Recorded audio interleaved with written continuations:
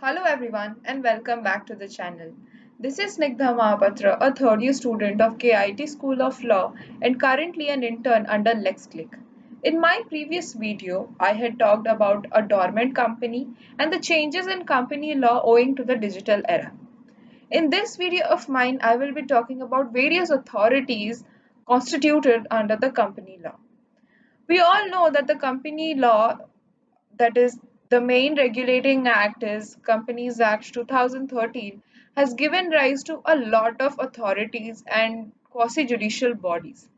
The Companies Act 2013 specifies the following authorities apart from the courts to overview and regulate the companies. First being Registrar of Companies, or ROC, which is the primary regulating authority of all the companies. The second is Regional Director, or RD.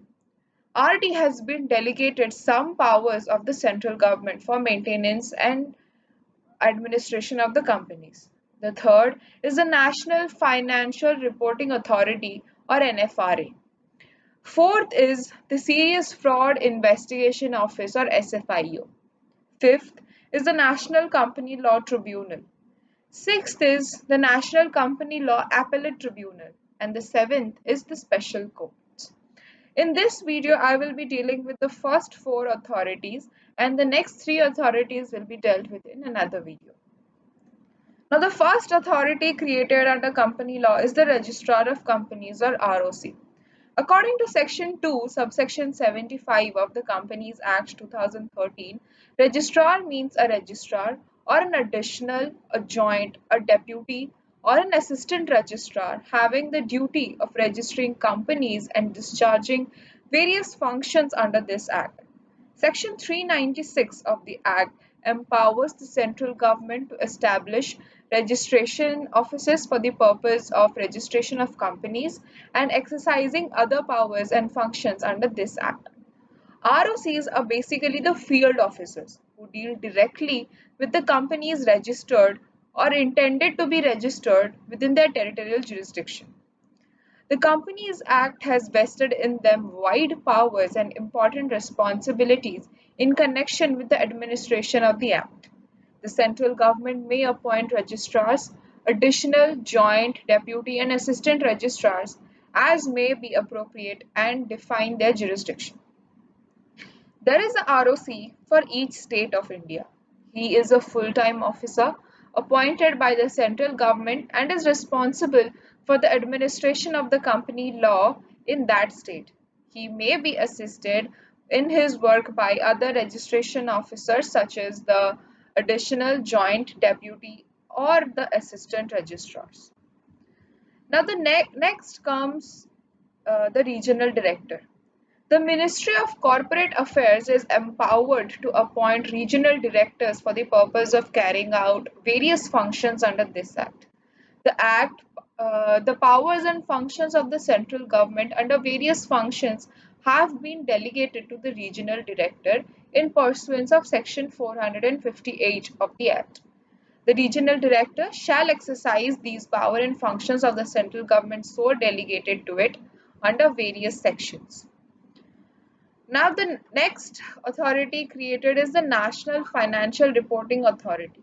Under Section 132 of the Act, the central government is authorized to constitute the National Financial Reporting Authority, or NFRA, as an apex body for the purpose of various matters related to accounting and auditing standards.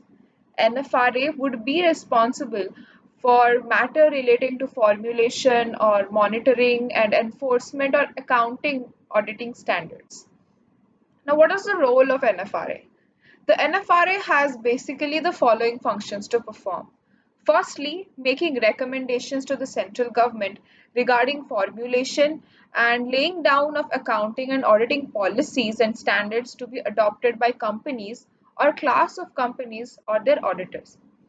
Now, secondly, they monitor and enforce the compliance with accounting standards and auditing standards. Thirdly, they oversee the quality of service of the professions associated with ensuring compliance with such standards. NFRA shall also suggest measures required for improvement in quality of service. And fourthly, performing such other functions related to the first three as may be prescribed. Now, the next body that has been created is the Serious Fraud Investigation Office. Under Section 211, the central government is authorized to establish a Serious Fraud Investigation Office or SFIO to investigate frauds relating to a company. This has been done under Section 211, subsection 1 of the Act. The SFIO, established earlier by the central government via resolution number 45011/16/2003, has been designated as the SFIO for the purpose of this Act. Now, what is the role of SFIO? As stated in Section 211, subsection 1, the SFIO's primary role is to investigate frauds relating to a company. Section 212, subsection 1 states that where the central government is of the opinion that it is necessary to investigate into the affairs of a company by the SFIO, it may assign the investigation to the SFIO. The central government may make that assignment under the following circumstances.